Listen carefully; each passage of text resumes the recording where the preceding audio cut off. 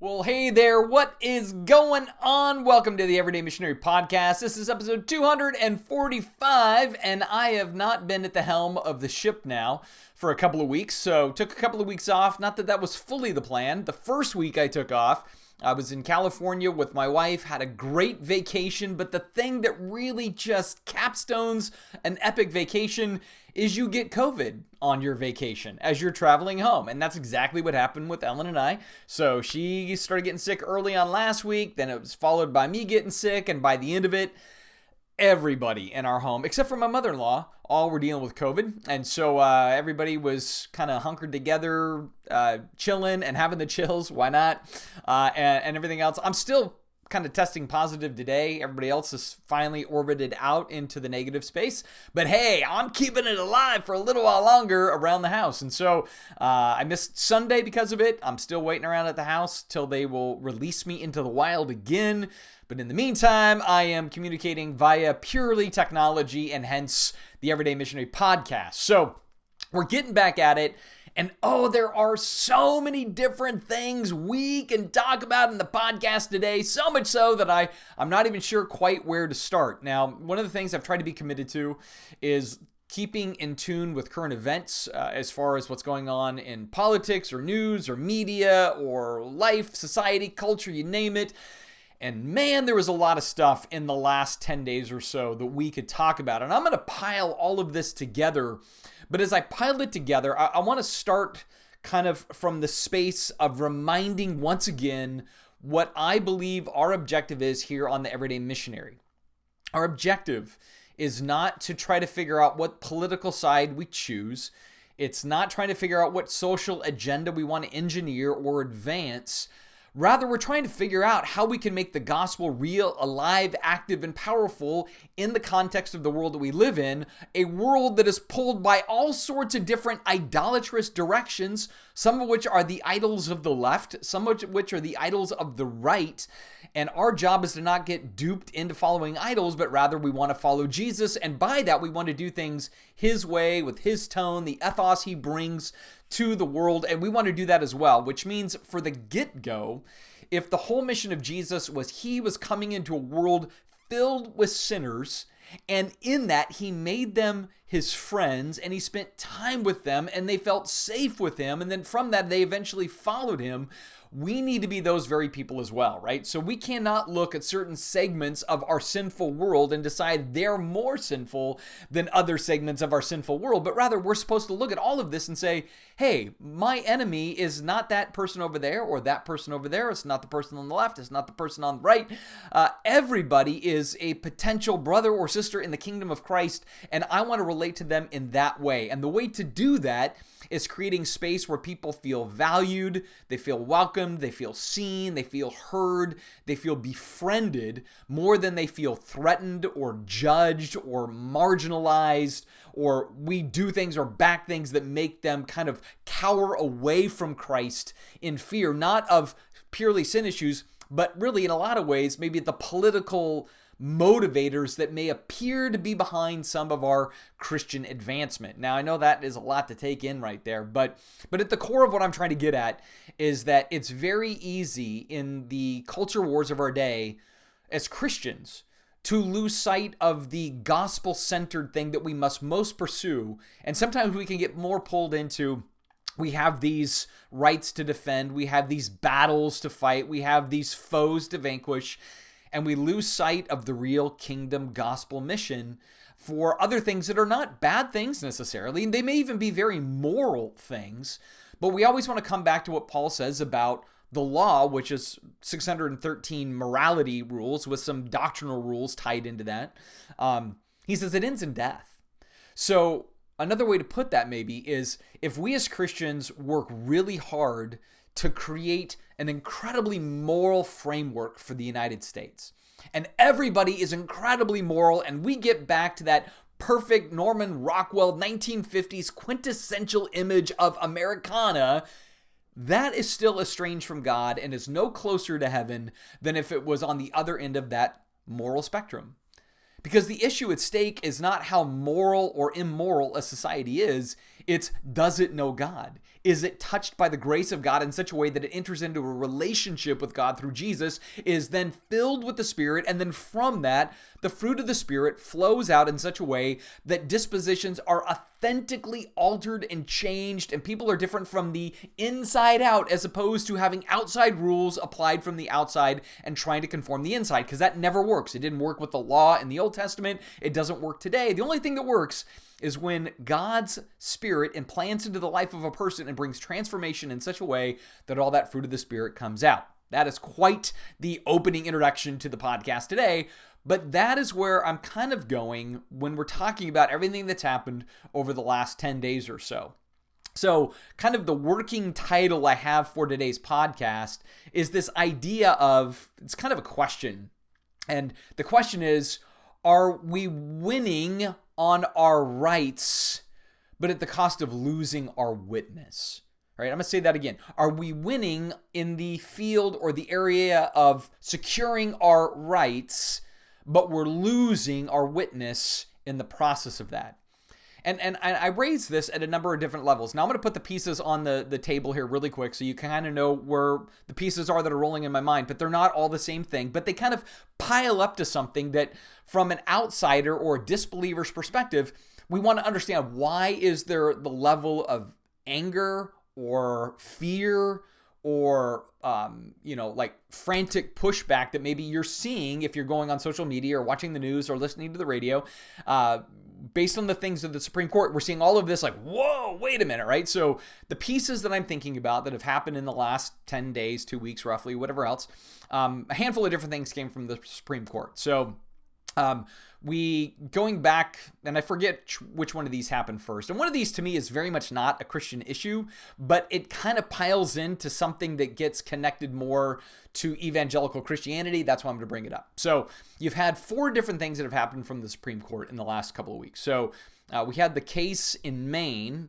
that said basically private Christian schools could receive taxpayer funds for education through the state of Maine. So it was a challenge thing to say, wait, if you're a Christian organization, you're a not-for-profit, you shouldn't be allowed to use state taxpayer dollars to fund kids to be a part of that educational system if it's a Christian educational system that's a nonprofit. And the Supreme Court said, no, they can't discriminate because you're a Christian organization. You should be able to get, and I'm not sure the exact details of this is like a charter school concept or whatever else, but basically the organization that's a not-for-profit that doesn't pay any taxes is allowed to, in fact, receive state taxes to send kids for Christian education, right? And so that was a win for religious liberties and uniquely for this Christian institution in Maine. So that was the first one. Then the second one was a challenge on gun rights in New York, where gun rights were more sustained in that case. And so this was another case where those who would be of a liberal persuasion were like, wow, the court just sided with that religious liberty. Now they've sided with this gun right. Like I said, to me, that's less a Christian issue, but it's another topic where those who are disbelievers and certainly those on the left are going, wow, this is like the Christian heyday at the Supreme Court. This is what the conservative right have been dreaming of, a court that's loaded to fulfill their agenda, whether it's legal or not. That's the way people started to think on this other side of the spectrum, right? Then we add in obviously the Roe versus Wade decision as far as overturning Roe versus Wade.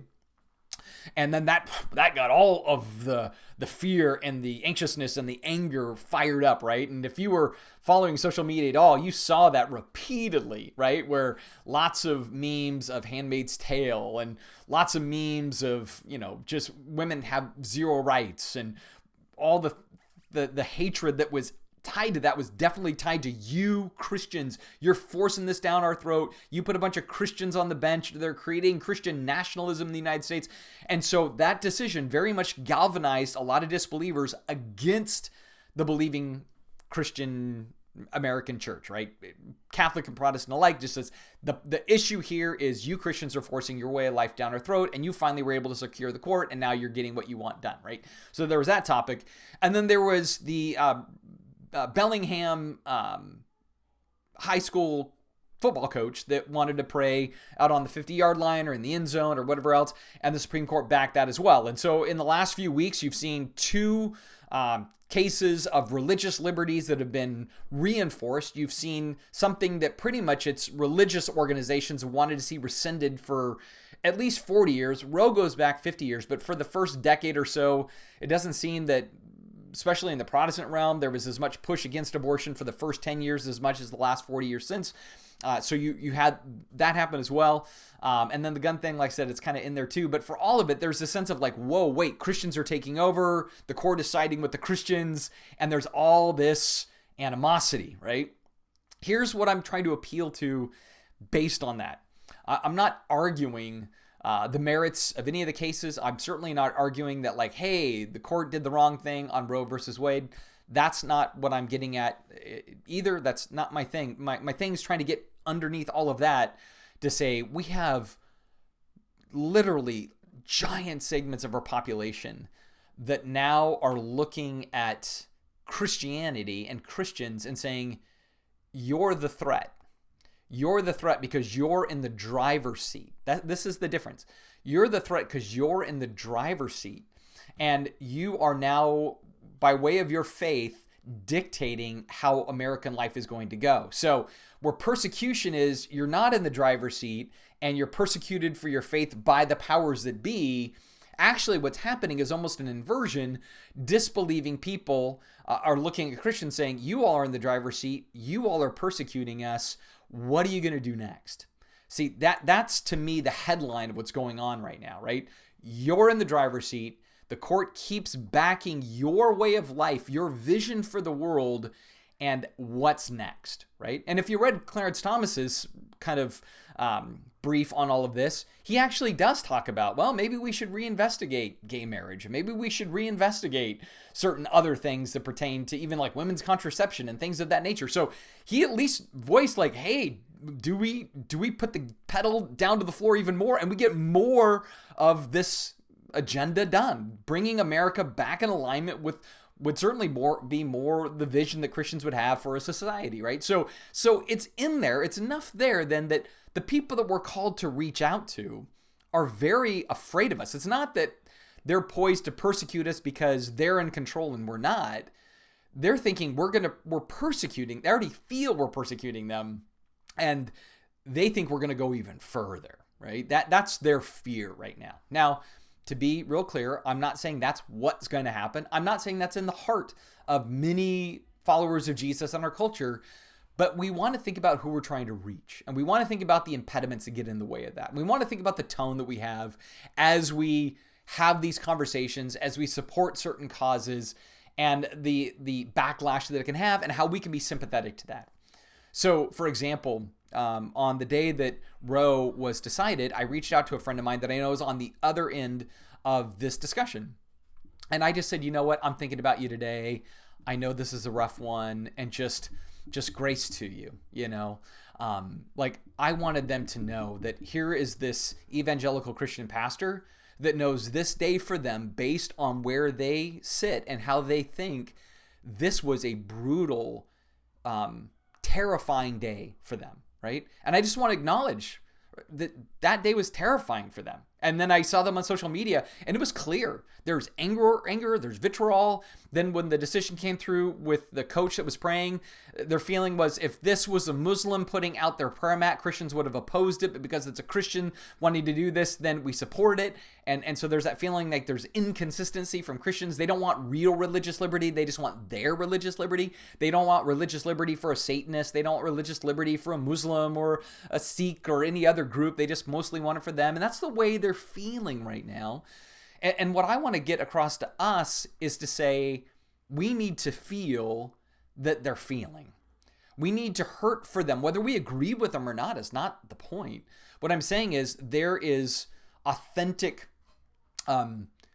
just worry for them and anger for them. And we Christians are to blame in their mind. And we're the only ones that can change that stereotype at the grassroots level, right? It's not going to happen at the national level. I don't expect that. I'm talking about us as individuals in this podcast, that we can be a catalyst to trying to lower the temperature, to be something different than what they anticipate, and to simply show empathy for the circumstances that they're finding themselves in, where they literally feel like all these different elements of their world is kind of crumbling, and it's the Christians that are taking over. And part of the reason they feel this way is there's been a lot of talk of Christian nationalism in the last couple of years. There's certainly increasingly voices within Christianity that do talk about a type of nationalism and taking over and, kind of instituting Christian laws as the laws of the land. Some of that is just instituting Old Testament laws as the laws of the land. And so I can appreciate their concerns, because there have certainly been times in history where Christianity did take over. They did run the rules. They ran the laws. They ran the government. And it wasn't real fair for a lot of marginalized people, right? And so this is why they have the concerns that they do. And our job is then to come in and love on those people in their space of fear, and to show them Jesus in their space of anxiety, and to not gloat, to not jam it in their face, to not talk about how, well, it's because they're on the wrong side of morality, or because they're unrighteous or ungodly or immoral, and that's the real problem. And I say that because on social media, as I was following along with things this week, I was watching my disbelieving friends very, very angry, just super, super angry, blaming us as Christians for everything, 100%. And that it's not just that they disagree. It's like they see it as evil, right? That we're evil. And Jesus said we're going to get persecuted. So once again, I go, hey, when it's persecution for the sake and name of Christ, totally get it. But they're not looking at this because, again, they're in the driver's seat and we're not. They're looking at this because we're in the driver's seat at this point. Like, even for the last 10 years, the Supreme Court has repeatedly backed religious liberty. So for us as Christians, if we're worried that somehow government's against us, people are against us, the culture's against us, we're winning. All right. So we need to kind of retire this, oh, the worst place to be is a white evangelical male. Like, we're winning by almost all accounts in the social structure right now. Right. And so we need to be wise then with our position, leverage the privileges that we have in that position to be most kingdom-minded, most gospel-minded, not politically motivated, kingdom-motivated. There's a difference. I think you can be pro-life kingdom-motivated and you can be pro-life politically motivated, and one of those really honors Jesus, and the other could throw Jesus out the window to fight for that cause, and it would not represent Christ very faithfully. So we want to make sure that we're not motivated on our politics, because what happens so often in this is that we need an enemy in our political battles. And the enemy must be a human being to be our enemy, and that's not gospel at all. To be kingdom motivated says there is an enemy and none of them walk the planet, right? None of my enemies walk the planet. And so what I'm trying to do is two things simultaneously. I want to strive for justness, and I want to love everybody around me at the same time. That's way harder than I'm just going to strive for justice. Who cares if there's dead bodies behind me in the end? Because it got to break a few eggs to make an omelet. We don't want it to be like that. We have to keep in tension. Our mission is to love our friends, to love our neighbors, and to love our enemies, because that's gospel stuff. And right now, a lot of our neighbors are freaked out. They see us as enemies, and we need to work hard to be their friends. And that's why I said earlier, it's why we don't want to gloat. We don't want to celebrate in such a way that we forget that many people are grieving over that which we celebrate. All right. That I think is really, really important, because I guess to me, I look at this and I go back to Titus chapter 3, where there's this idea of, before we knew Jesus, we are engaged in the same wranglings of the world, right? It was all about push and pull and leveraging things and the myth of redemptive violence, and I can force my way to get my thing, and I can hate you so I get my way and everything else. And he says, but then you were changed. Then you were changed by the grace of God, and now you're motivated by mercy and by the Holy Spirit, and you're in the world to bring reconciliation, and you don't do stuff like that. You do stuff very differently. And therefore, when we start sounding like we're high-fiving and celebrating things that are hurtful to the world around us, how are we going to show that we do business different, right? We want to show that we're doing business different. In fact, one of the verses that I saw a lot on social media last week that frankly grieved me was out of Proverbs chapter 21. It says, "Justice is a joy to the godly, but it terrifies the evildoer. Now, I agree with Proverbs 21:15. That's a beautiful bit of wisdom. But when you're putting that on social media the day of Roe versus Wade being overturned, what you're saying to all these people that we're trying to reach for Jesus is, you're the evildoers. We just preserve justice, and you're all a bunch of evildoers. And so all the more they go, these Christians, they think we're evil. These Christians are taking away our way of life that we've had as a freedom for a long time. These Christians want to force prayer down our kids' throats in the classroom now. These Christians, they love their guns. They love their guns a ton, and now they're winning that too. And so they're going to be able to enforce these things with weapons if they want to, because we know that the Christians are the gun owners in the country. That's the way they feel and think again. I'm not saying this is what is reality. I'm going back to getting ourselves in the shoes of the people that we're trying to reach. This is how we're being perceived right now, right? That's how we're being perceived. And then on top of it, we're not going to pay taxes with our institutions, but we're going to take taxes for our institutions because, well, why not? We don't want to pay them, but we're happy to receive them, right? And so all of that makes these people go, wow, this is a Christian theocracy setting up in the United States now. Now, we may go, no, it's not. It can't be. It's not true. I don't necessarily think that's true. I personally don't think that's the case, but I know where they're coming from. Because I've been hearing it on our side for a long time. The liberals are taking over. They're taking away our way of life. They're going to teach CRT to our kids, and they're going to brainwash them with this, and they're going to subvert them with that, and they're going to pull them away from their faith. And we've been running around talking about how the left is trying to co-opt us for a long time. So why wouldn't the left think Christians are trying to co-opt the culture to our cause as well? Of course they would think that. And once again, you and I, we get to be in the place of being the peacemakers, being those who invest into others and disrupt the stereotype, and again, reduce the anxiety, the fear, the worry, the anger that they may feel. That rests only with individuals meeting up with other individuals to do that. Because what I don't want to do is fight for a political cause. What I don't want at all is to see Christian nationalism in our culture. I think Christian nationalism will only destroy the gospel. I think Christian nationalism is the demonic doctrine of the kingdom of Christ. I really do, because it just relies on human might as opposed to grace. It relies on power as opposed to humility and servanthood. It's just not the stuff of Jesus, right? It's effective, efficient, it can get things done. It's not like Jesus, right? And we want to be like Jesus. And so this is where, again, we need to have all hands on deck to come alongside these people, to walk with them, to care with them. As we think about the implications of Roe being removed from the equation, all the more we as Christians got to step up. There's going to be much more needy women in our society that find themselves in very difficult circumstances. And as a friend of mine said on social media this week, it's our chance now to shine as Christians, to come alongside those women, to clothe them, to care for them, to feed them, to help supply them with the things that are necessary for their children to grow up in healthy and wholesome ways, so that because they are brought into this world, it is not a grief that they're brought into this world. And here's why I say that.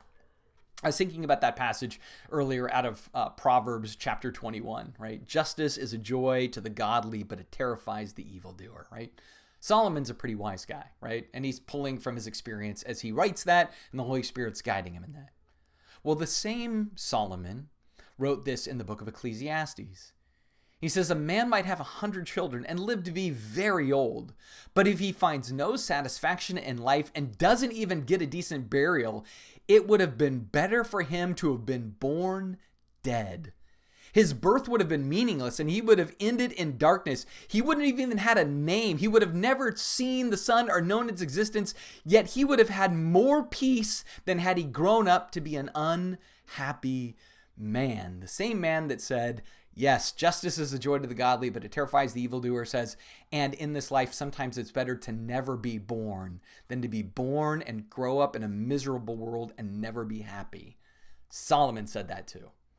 And you could take that in a lot of ways, but here's the way I'm wanting to use that today.